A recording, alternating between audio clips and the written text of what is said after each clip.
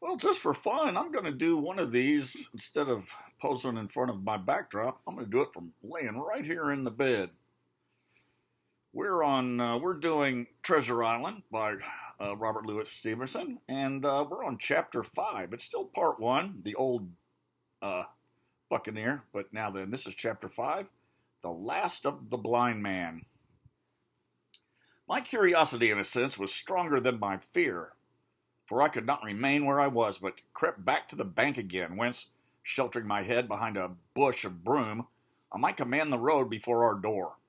I was scarcely in position ere my enemies began to arrive, 7 or 8 of them, running hard, their feet beating out of time along the road, and the man with the lantern some paces in front. 3 men ran together, hand in hand, and I made out, even through the mist, that the middle man of the trio was the blind beggar. The next moment his voice showed me that I was right. "Down with the door," he cried. "Aye, aye, sir," answered 2 or 3, and a rush was made upon the Admiral Benbow, the lantern bearer following, and then I could see them pause and hear speeches passed in a lower key, as if they were surprised to find the door open. But the pause was brief, for the blind man again issued his commands. His voice sounded louder and higher, as if he were afire with eagerness and rage. In, he shouted, and cursed them for their delay. 4 or 5 of them obeyed at once, 2 remaining on the road with the formidable beggar. There was a pause, then a cry of surprise, and then a voice shouting from the house, "Bill's dead!" But the blind man swore at them again for their delay. "Search him, some of you smirking lubbers, and the rest of you aloft, and get the chest," he cried. I could hear their feet rattling up our old stairs, so that the house must have shook with it. Promptly afterwards, fresh sounds of astonishment arose. The window of the captain's room was thrown open with a slam and a jingle of broken glass, and a man leaned out into the moonlight, head and shoulders, and addressed the blind beggar on the road below him. "Pew," he said, "they've been before us. Someone's turned the chest out, now and aloft." "Is it there?" roared Pew. "The money's there." The blind man cursed the money. "Flint's fist, I mean," he cried. "We don't see it here nohow," returned the man.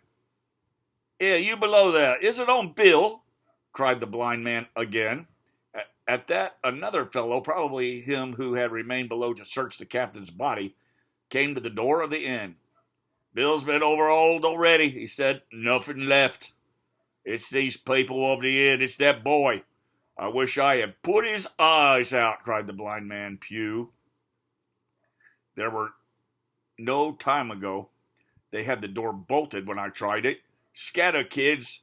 Scatter, lads, and find 'em." "Sure enough, they left the glim here," said the fellow from the window. "Scatter and find 'em. Rout the house out," reiterated Pew, striking his stick upon the road. Then there followed a great to-do through all our old inn, heavy feet pounding to and fro, furniture thrown over, doors kicked in, and the very rocks re-echoed, and the men came out again, one after another on the road, and declared that we were nowhere to be found. And just the same whistle that had alarmed my mother and myself over the dead captain's money was once more clearly audible through the night, but this time twice repeated. I had thought it to be the blind man's trumpet, so to speak, summoning his crew to the assault, but I now found that it was a signal from the hillside toward the hamlet, and from its effect upon the buccaneers, a signal to warn them of approaching danger. "There's Dirk again," said one. "Twice.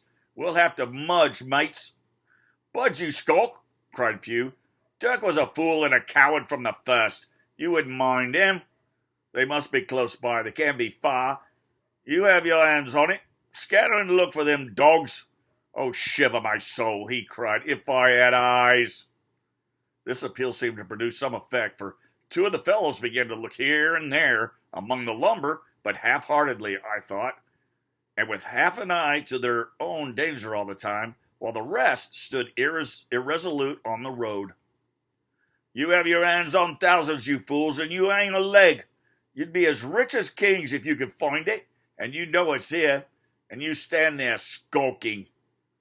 There was a one of you Dead face, Bill, and I did it, a blind man, and I'm to lose my chance for you. I'm to be poor, crawling beggar, sponging for rum, when I might be rolling in a coach. If you had the pluck of a weevil in a biscuit, you would catch 'em still. Hang it, Pew, we got the doubloons, grumbled one. They might have hid the blessed thing, said another. Take the Georges, Pew, and don't stand here squalling.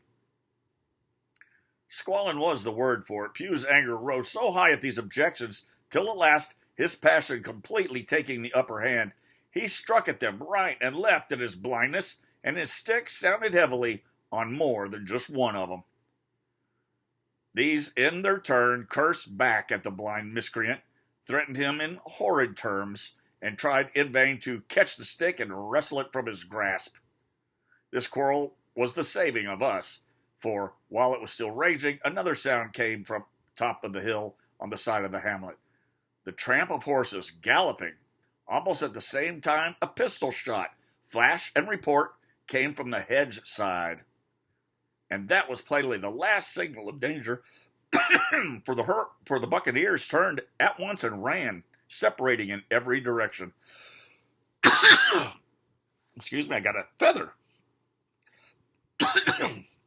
One seaward along the cove, one slant across the hill, and so on, so that in half a minute, and not a sign of them, remained but Pew.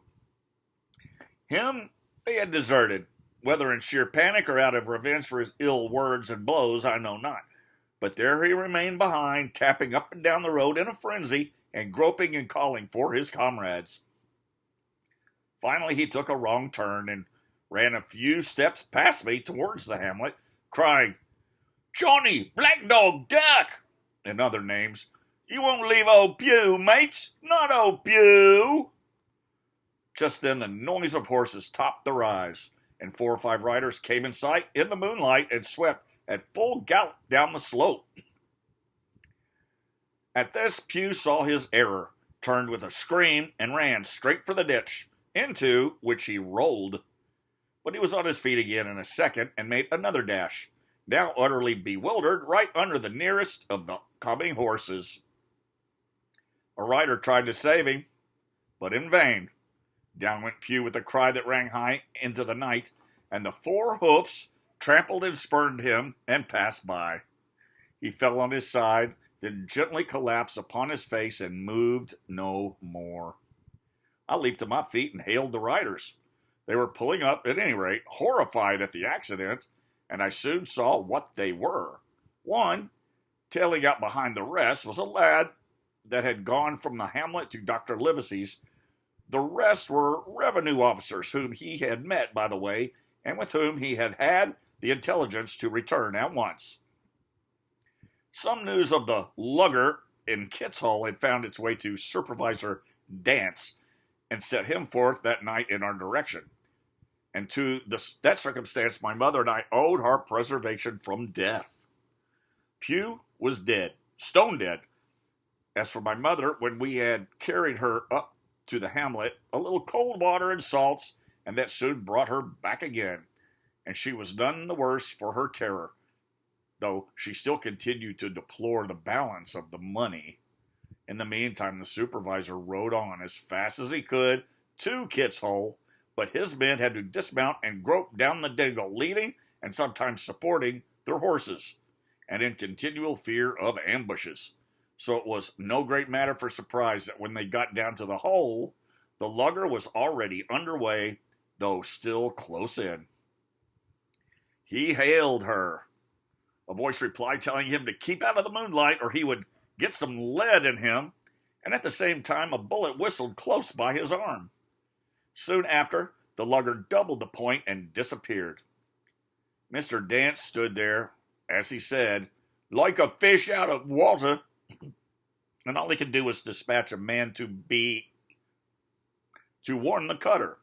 And that, said he, is just about as good as nothing. They've got off clean, and there's an end. Only, he added, I'm glad I trod on Master Poe's corns, for by this time he had heard my story. I went back with him to the Admiral Benbow, and You cannot imagine a house in such a state of smash. The very clock had been thrown down by these fellows in their furious hunt after my mother and myself, and they'll still close in. He held her. A voice replied, telling him to keep out of the moonlight or he would get some. I already read that one. Oh, there we go. And nothing, and though nothing had actually been taken away except the captain's money bag and a little silver from the till, I could see at once that we were ruined. Mr. Dance could make nothing of the scene. They got the money, you say? Well then, Hawkins, what in fortune were they after? More money, I suppose? No, sir, not money, I think, replied I. In fact, sir, I believe I have the thing in my breast pocket, and to tell you the truth, I should like to get it put in safety. To be sure, boy, quite right, said he. I'll take it if you like. I thought perhaps Dr. Livesey, I began. Perfectly right, he interrupted very cheerily. Perfectly right, a gentleman and a magistrate.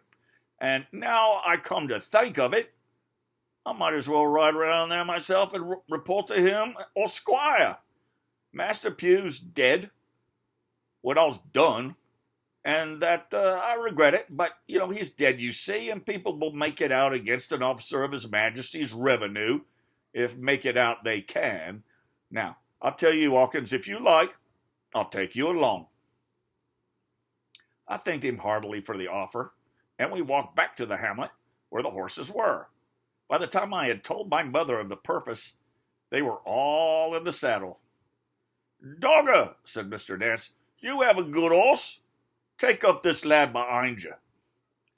As soon as I was mounted, holding on to Dogger's belt, the supervisor gave the word, and the party struck out at a bouncing trot on the road to Dr. Livesey's house. All right, that's chapter 5. Not too shabby.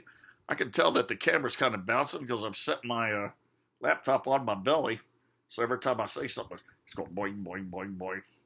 I'm reading right off of my own book, online book for that. All right, that was about it. I must have grown a beard while I was reading. We'll be back. Tip your bartender.